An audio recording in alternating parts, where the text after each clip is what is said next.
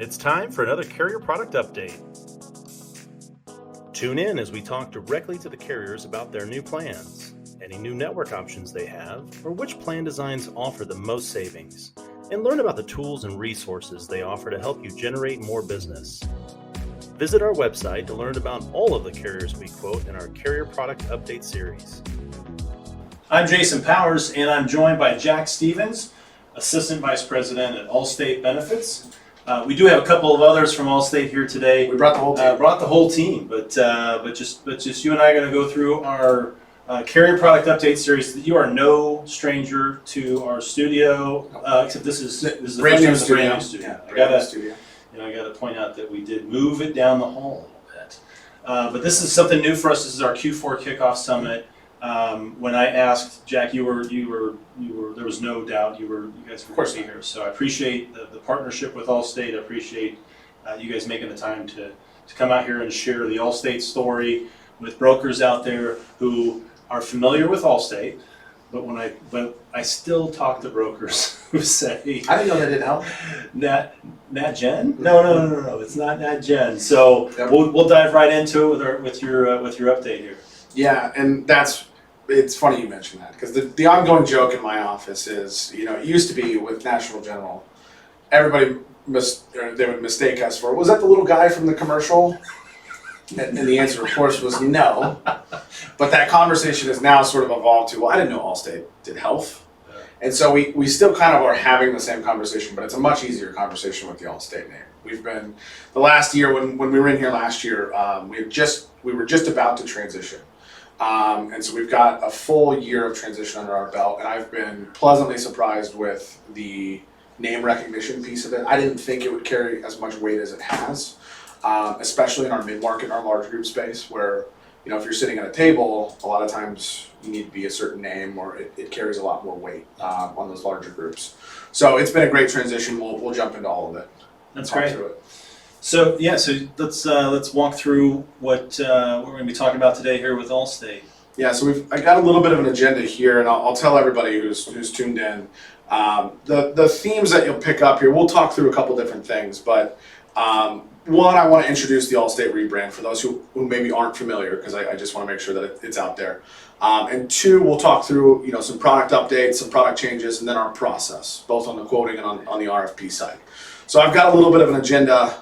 Jason and I are kind of cut from the same cloth where it's hard for me to always hold to that, but I will do my best.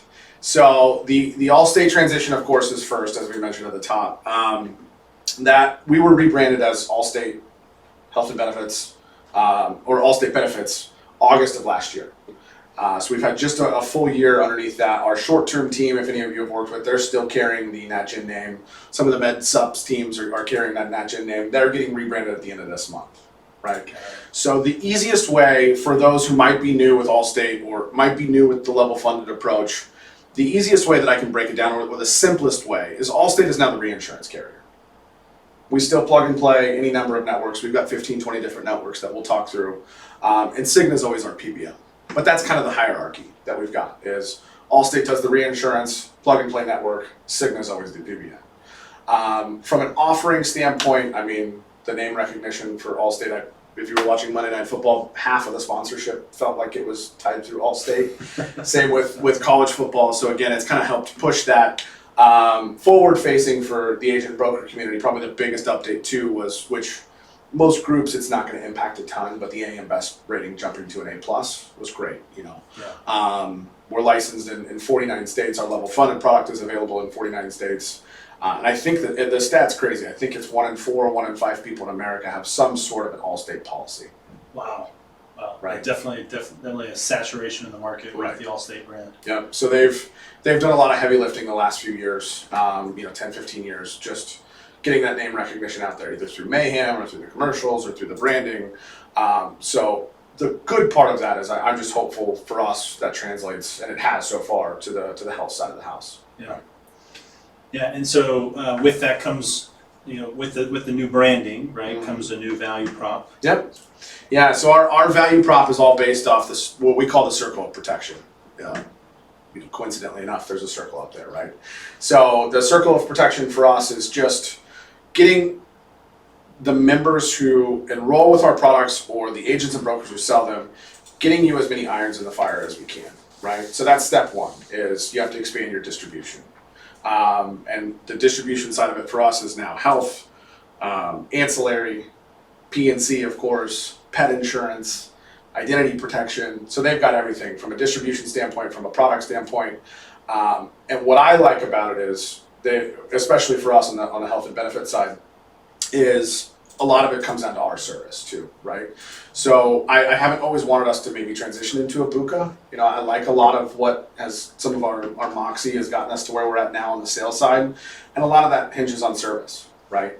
Because with the NatGen name, you had to be really sharp with service because it was harder just to get shown on RFPs. It was harder to get shown and sold. Yeah. So, you know, it's for us bringing that service aspect to it too, is that's always been our MO. The agents and brokers that we're fortunate enough to work with, they're the engine for us. So we treat them as such. And that has never changed. And I'm happy to see that hasn't changed so far.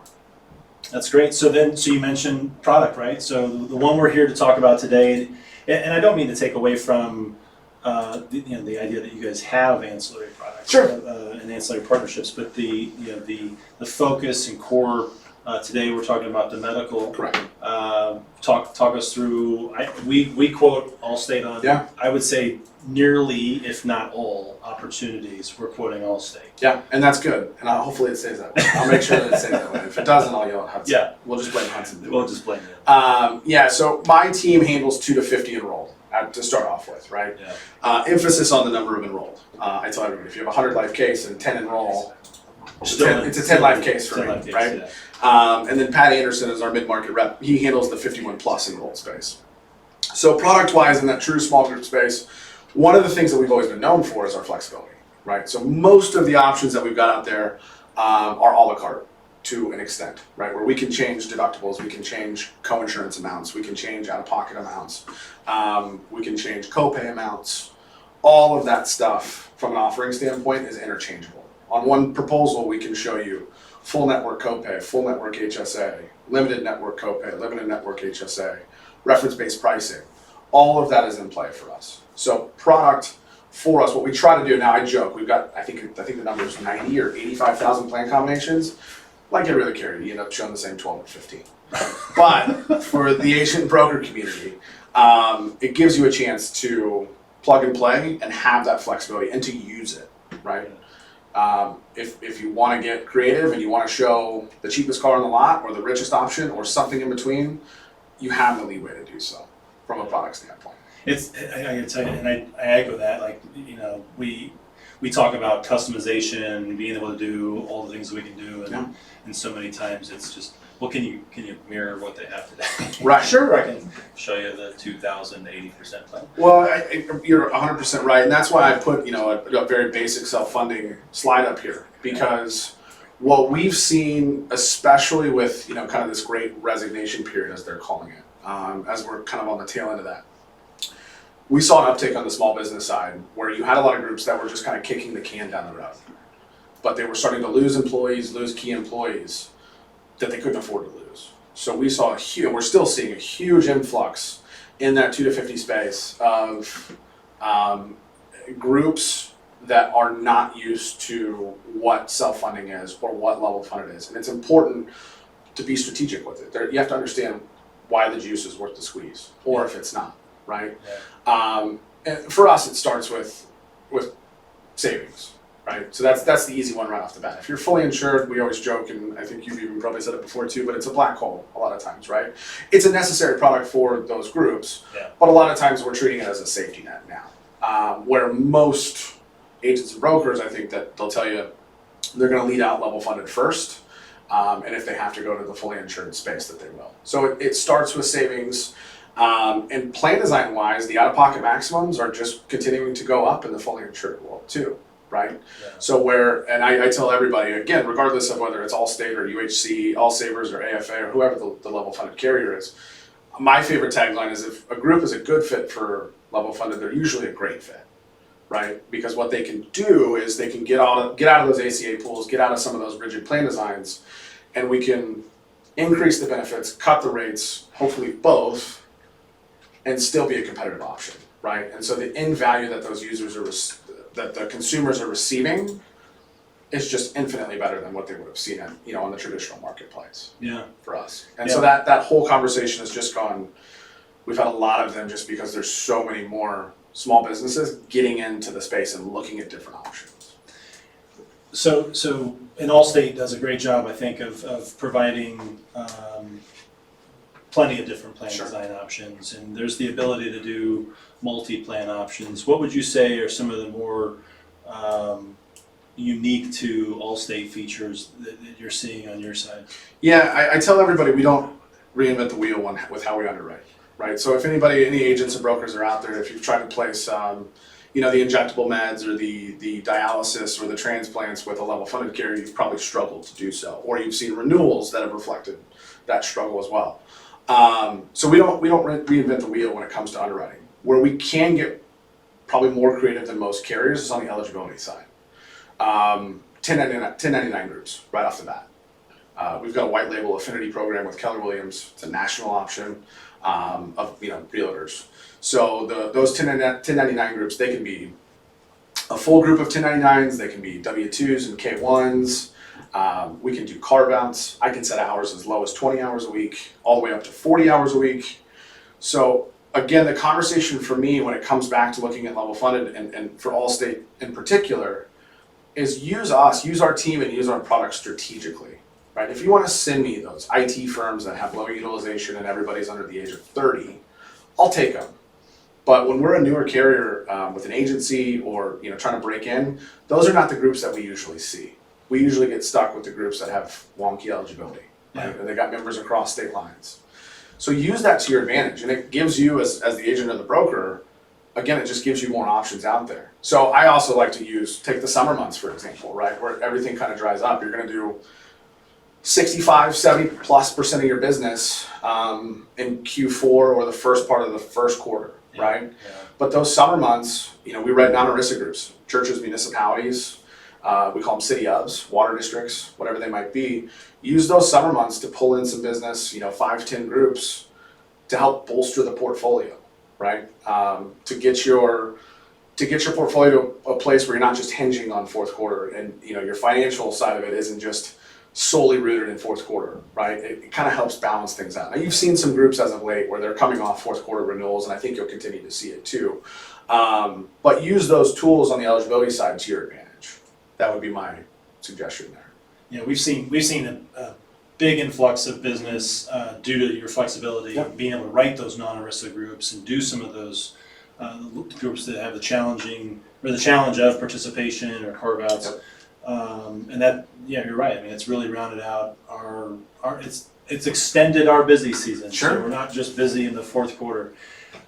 You mentioned in the front of this piece about the flexibility in networks and PPO and RBP. Break that down a little bit, because I think people they hear RBP or they hear Allstate and they go, but Allstate doesn't have a managed care network. Right. You're an insurance company. You don't have a managed care network like some of these others. So break that down for us. What do you see in network-wise? Yeah, I think that's fair. And so just for everybody, again, we don't have a proprietary network like a Blue Cross, right? So we lease all of our networks. So from that side of it, what you're probably going to sell with me most if you're selling a network is Aetna Signature Administrators network, right? That's the network that they typically lease out. We've also got another derivative of that, another Choice POS, same one that AFA shows. Cigna, we've got their full PPO, Open Access Plus, Local Plus. We've got the full PHCS National Network and their derivative, which is their Advocate Network, which is geared to tackle high dollar claims, right? There's a very small percentage of claims that equal the biggest dollars. That's been a great one for us. And then regionally, we have some regional options too, right? So in Missouri, we've got HealthLink Open Access 2 and 3. In Nebraska, we've got Midlands. In Texas, you've got Healthcare Highways. You've got Valens in a couple different markets. So the two taglines that I tell everybody when you're working with us are, we don't lose groups because of eligibility. I mentioned we just went through the flexibility on it. We don't lose groups because of network. We just have so many options where we can plug and play. Now, our MO is we're going to put the broadest network in place for the cheapest price, right? And on top of that, we have reference base, which pays off a percentage of Medicare. And with RBP now, it's about, we'll go into that here shortly, but that's about 25% of our new business. So network-wise, eligibility-wise, flexibility-wise, it's just everything's at your fingertips. You've got anything under the sun, essentially, to quote. Yeah, what are you seeing? What are you seeing in that from the across the whole portfolio? Groups that maybe had PPO. Are you seeing more transition into that RBP space? Yeah, we're definitely seeing. I would see a little bit of transition there, just because how aggressive some of those derivative networks have gotten. So Local Plus is a good example of that, right? The coverage in Kansas City for Local Plus is good, but it's not great. But that's part of the conversation in our world on the carrier side is, to get to those aggressive price points, you're gonna have to probably lose some of that on the network side. So if you have groups that are open to it, which most are, some are, it's a great option for them. Or we use those derivative networks. Local Plus, for example, in Kansas City is priced a couple points higher than reference-based pricing. So a group that maybe isn't ready to take that full dive into the RBP world, but wants the rating close to that, they'll be open to looking at some of those networks. Because a lot of groups have gotten, it's almost like a car dealership. A lot of groups have gotten to the point where we'll educate them, and I don't sell on rate. I would prefer not to. There's other stuff, whether it's reference-based or full network. I don't think that's, in my opinion, how I would make a decision, right? But there's business owners out there where it is, right? So when they'll look at a proposal, they're treating it almost like a car dealership, where they'll come in and they'll see the lowest price. So their focus turns, instead of coverage, it is financially motivated, which is just part of our industry, right? Yeah. So a lot of those groups will see that price, but then maybe reference base doesn't fit, or maybe they'll look at a derivative of reference base, but they're not really ready to take that jump yet. That's when they'll start looking at those other network options that we have out there. But it's been interesting to see. Yeah. And so what and I know with your reference-based setup, we're talking, they can dip their toe in, they can go full on. Yep. What do those options look like? Yeah, so you've got three options with us on the RBP side. You've got, we call it core value. I didn't get paid to do any of the branding on it. It's not my favorite name. I'll just be honest with you. You've got core value, which is true reference-based pricing, which pays off a percentage of Medicare. And then you've got core value flex, which allows them to jump into a network mid-year between months 4 and 6. And then you have core access. So core access has been really interesting. That's where we've seen the bulk of our RVP business flow. Core access is going to be rated about 6 to 7 points higher than traditional core value, but it comes with the PHCS provider network for primary care, specialist, and for urgent care visits. So again, about 23-24% of all of our new business year to date is RBP, and that's pretty close to where we are nationally too. Sure. But a lot of what we've seen the last 6 months, the last 8 months, is traction on that core access product. Just because it's, at 5 or 6 points, the conversation is it worth it to have a network built in? Yeah. And a lot of groups are saying yes, because it's still a national network. So you kind of get the best of both worlds without sacrificing too much. So you've got the gamut, right? You've got PPO, you've got, we kind of glossed over Advantage, but I do know that Advantage is out there too. It's more of an EPO setting, network only. It would be closer to an EPO. I tell everybody it's not. It's still the same Aetna Signature Administrators Network. There's just no out-of-network coverage, right? And that's that product and reference base. That's the drive from the agent and broker community, was get us something. Nobody ever uses the out-of-network benefits anyways.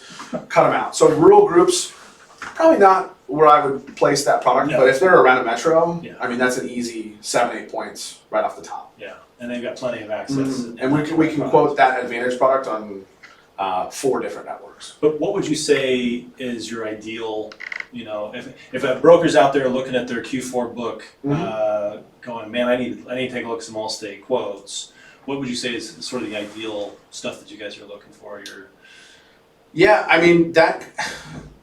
I'll go into the underwriting side of it. That conversation has shifted to, we still require apps. So I would have probably given you a different answer 2 or 3 years ago. Now that answer is whatever group is doing apps, right? Regardless, in the sub 50 space. Yeah. But gun to my head, anything in that 5 to 15 space, where utilization is normal, right? Again, I mentioned we'll struggle to write Humira or Otezla or Stelara, like everybody, right? But anything in that 5 to 15 enroll space, with us on our side, especially with Nat Gen, we would always say the smaller the groups, the better. Which I don't think every carrier is probably going to tell you that.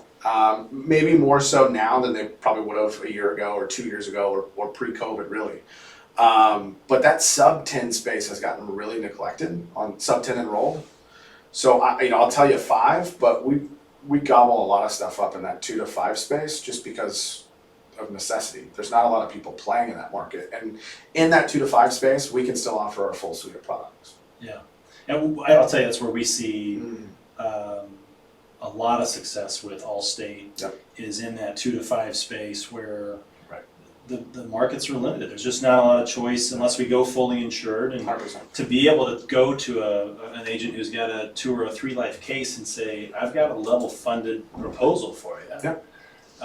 And after apps, it's probably easier to chase down 2 or 3 people to fill out It's way apps than it is to chase It's down way a easier. 28 life case. But realistically, I think that agents can build a lot of familiarity with Allstate and a lot of brand loyalty with Allstate by trying out some of those smaller groups first, and then moving Sure. into some of those larger cases where I think all the different custom tools and benefits and resources you have available are a good fit for those larger cases. 100%. Yeah, and again, I've told agents and brokers, you'll probably write 10 life groups with me in the same amount of time you'd write 100 life group. Now that's a little bit different now that we've retooled our 51 plus segment, but that small group space is just always where we've hung our hat. And our commissions, again, I'm as Midwestern as it gets, so it's not my favorite selling point, but I know what commissions are in that small group space, especially those micro groups. You're competitive. And it's competitive, Yeah. and everybody is working, right? And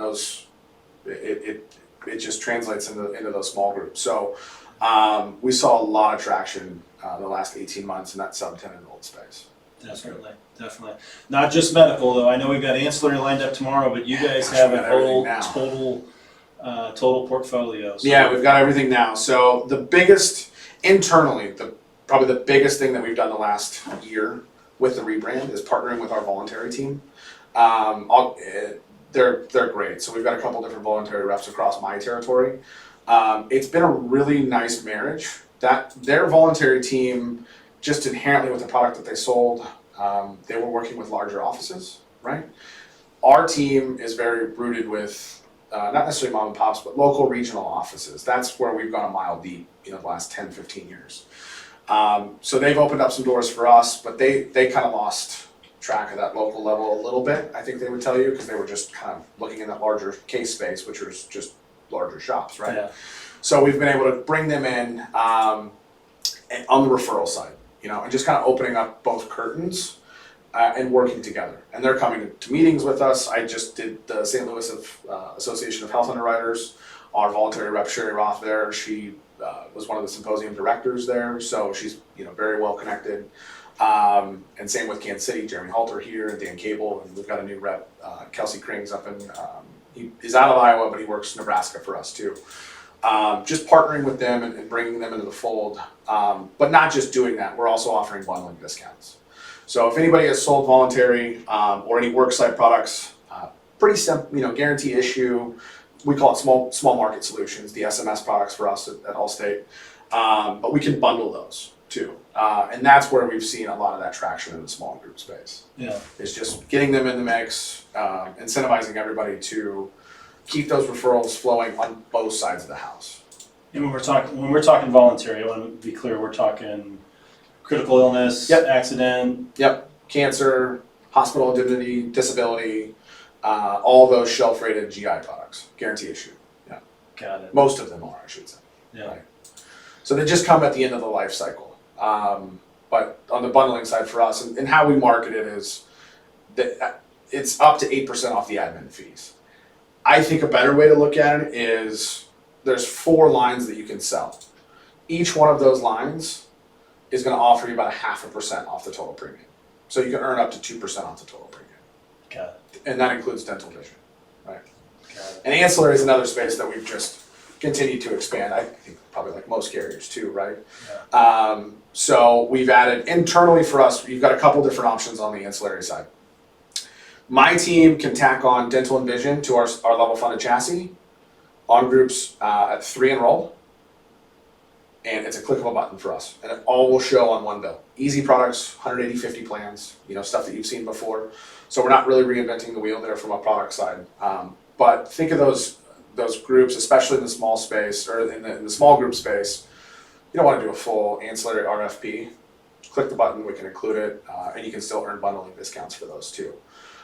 If you need a more robust package, we have an in-house, Laura Savoda, if anybody's talked to her, she's tremendous. They can do a full ancillary offering with Nippon Life Benefits or Beam. So those are the 2 carriers that we're going to outsource that to. And I tell everybody, Nippon is the largest insurance carrier that you've never heard of. But they are enormous. And Beam, of course, has been great too. So both are really strong partners for us on that side. And then those lead to the bundling and the.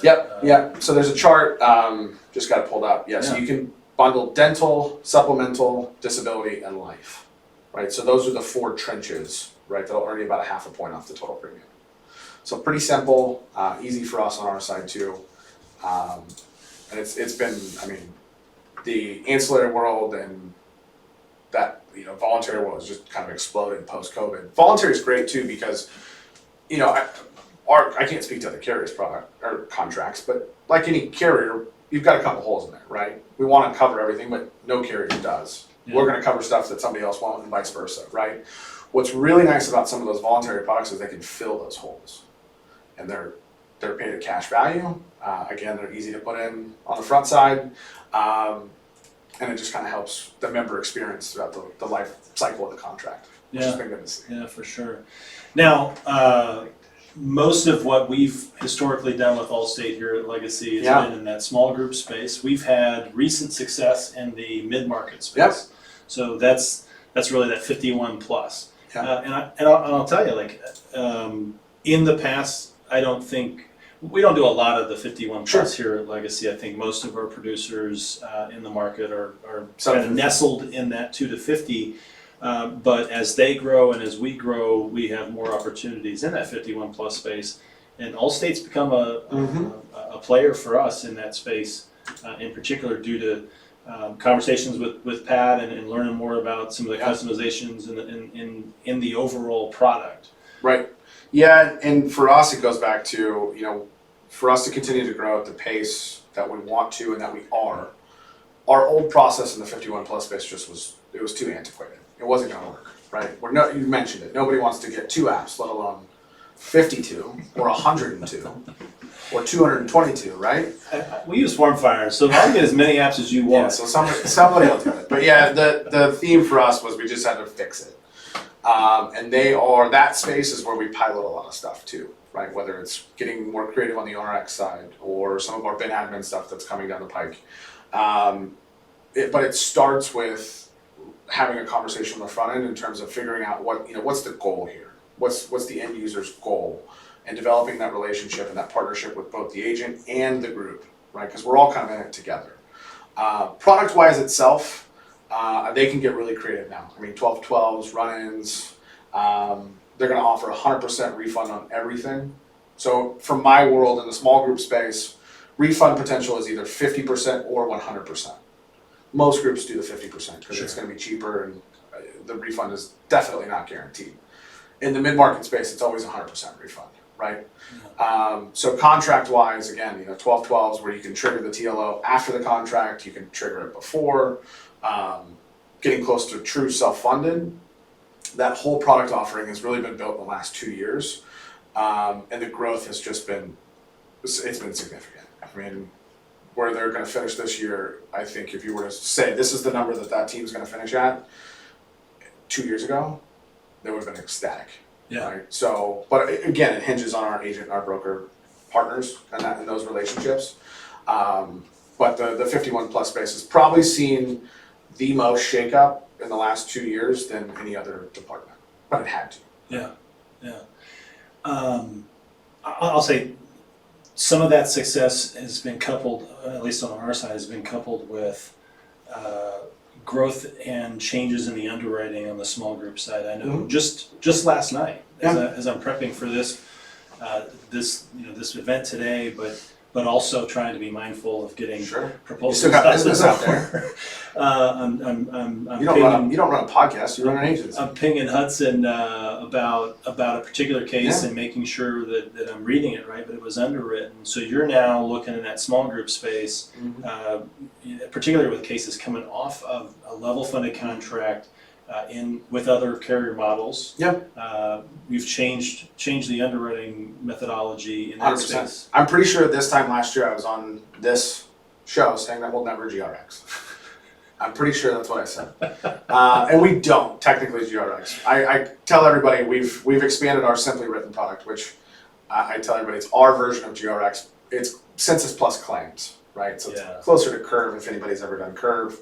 But yeah, again, it relates back to you've got a couple markets where you've got 4 to 5 carriers that are doing GRX, right? That are still doing it. So for us, we had to kind of figure that out. And so we rolled it out at the end of last year in 4 states, and we've expanded into 15 or 16 states now. Very similar rollout to reference base. Dip our toe, capture the data, analyze the data, and expand from there. And that's what you've seen us do in the Simply Written space. So it starts at 20 plus enrolled. We're going to ask for 2 years of claims. Rarely are we actually getting the full 2 years. But if they're coming off a fully insured product, that's where it's going to be tough. And we're going to look for high claimant info as well too, right? So you're going to need paid claims, renewal, but most carriers now, not to name names, but most carriers now, if you dig through their renewals and they're large enough, you're going to be able to pull a lot of that just off the renewal. Oh, for sure. And our team, it's not that we're trying to pull those guardrails off completely, but we also have to write it. So it's hard for them to be completely, stringent on all those requirements, because if that's the case, then it's going to be hard to write anything. So our underwriting team, even if it's not a perfect, 2 years of claims, or if we're not getting the perfect high claimant info, whatever that might be, they're still open to it because we still have to capture some of that business. If we're going to continue to expand it, we got to write it first. Yeah. Right. So the growth for us, that's been tremendous to see. A lot of agents and broker partners were anxiously waiting for us to hit that space. And that product, like anything that we do, I think that it'll look very different a year from now. I'm hopeful that the group size goes down, maybe to 15 or sub 15. Some of the claims reporting comes off a little bit as we get, some more cases under our belt, whatever it might be. So it's been, I told everybody I would scream at the top of the mountains when we were able to get something close to GRX and get away from apps. And so the traction that we've had early has just been great. Yeah, I'll scream for you. Simply Written. I mean, literally, We've got a lot of these to do. We have several cases in the hopper right now that we were expecting prelim quotes on, but because we had the claims data and the census information, we were able to get 100%. firm rates that that increases the time to, or I should say, it decreases the time it takes to sell the case. Increases the opportunity to sell the case because we don't have to go back and Just get you to a rate faster. And I'm a pro, individual app kind of guy, but I think most of the agents and brokers will tell you the same thing. But there's only so much time in the day, Exactly. and there's only so much you can cram into the fourth quarter, and so it's perfect timing from our team's perspective to be able to really champion that the ability to do that kind of underwriting with those smaller groups. I know we've got some other things cooking within the portfolio. Telemed is moved over to MeMD, right? Yep. Dental and vision. Yeah, we talked through dental vision. Yeah, we talked through that. Telemed's been interesting. So that's a subsidiary of Walmart Health. That's going to include mental health as well. I know I'm on camera, but I'll deny. But that product you'll see expand as well too. That's going to include physical therapy. It already includes mental health. You get 5 visits per individual per month, which is huge. And I think that you'll see that expand into musculoskeletal. That telemed world is just one of those ones that you talk about exploding. Post-COVID, they've gone nuts in terms of products, offerings, what you can do. That whole industry has advanced 10 years in the course of 2. Yeah, and you brought it up. I think you were in Nebraska, and I was driving back from probably Nebraska, not in the same meeting. But you brought up this last point, and that is that some final development on the broker portal, as well as a Ben admin platform? Yeah. So getting out of the, I think I eloquently described it as the Stone Age. Our leadership that we have in house now is all new. And the big focus for that leadership, within a year, the big focus for that leadership is the Ben admin piece, right? And getting easier to work with as a carrier for agents and brokers. So we're piloting, it's out. We've rolled out our employer portal, our updated employer portal, where groups can go in and add terms, deletes, add newborns, address changes, all that stuff. That's out there right now. The next thing to come will be the agent portal. So it's kind of like, again, if you haven't picked up now, we're going to try it, test it, fix the bugs, and then expand it as fast as we can.